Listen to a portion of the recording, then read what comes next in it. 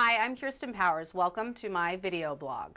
The siren song of the online world is strong for presidential candidates who are desperate to convince the online activists who can deliver fundraising dollars that they get them. So, for the first time ever, a U.S. presidential candidate, Democrat John Edwards, has set up a headquarters in a virtual online community called Second Life, which boasts nearly 4 million residents. Reportedly, Second Life has turned into a battleground in the French presidential elections. It remains to be seen if it will play such a role in the U.S. elections.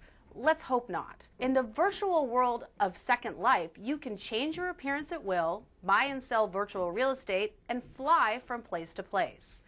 Second Life boasts a bustling economy where Reuters has an embedded reporter to cover the news. There's a stock exchange, there have been anti-war rallies, and former Senator Mark Warner held a town hall meeting there. There's the first millionaire real estate mogul who made real money off selling virtual real estate to Second Lifers. There are stores for Toyota, Nissan, Microsoft, and American Apparel. There are nightclubs, vampire castles, and shopping malls. And there's a lot of porn. When I went to check the list of the most popular events of the day, this is what I found. Sexyland, Nude Beach, Bad Girls, Free Sex Orgy Room, San Francisco, a casino, hedonism, and the list went on and on. The Edwards Second Life campaign headquarters was set up by a volunteer who described Second Life this way. Second Life is a place where people come to be social, so of course this is a fertile ground for social discourse. It's a smaller community, but I would argue it's a more influential community. Okay, I went to visit the Edwards headquarters multiple times, and on most visits found the headquarters completely abandoned. Not a lot of social discourse going on here. And where's the staff? Shouldn't there be someone there to answer questions? But I did manage to get an Edwards t-shirt and some Edwards sneakers. Since nobody was there, I flew around the neighborhood, and this is what I found.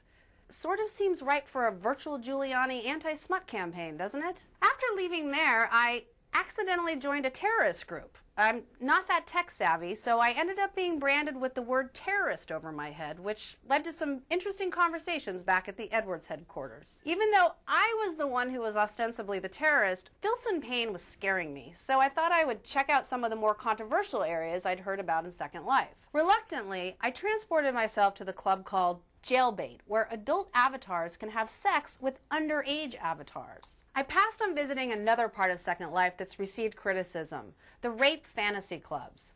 There you can pay $220 Linden, the currency of Second Life, or roughly $1 American, to choose from one of the following options: rape victim, get raped, or hold victim.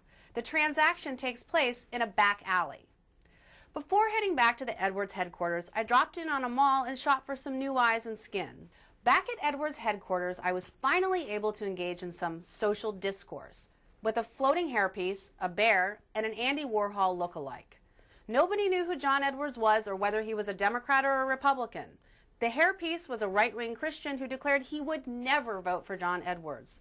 The bear was a Republican who spoke in a made-up language, except when she wanted to inform me that I was upsetting the religious right hairpiece, who decided I was ignoring him because I didn't like Christians.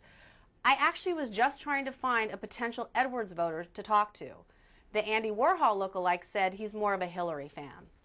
It seems unlikely that the Edwards campaign is winning over many new voters in Second Life. But as long as they're there, an obvious question needs to be raised. Will they take a stand against the proliferation of porn in Second Life, and specifically against the depraved rape fantasies and child sex brothels? Will John Edwards condemn the terrorist organization that set up shop in Second Life?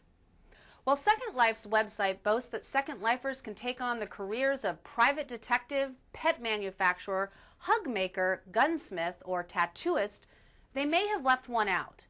It may be time for the Edwards campaign to hire a virtual Second Life press secretary to explain his positions on the tawdry goings-on in this virtual world.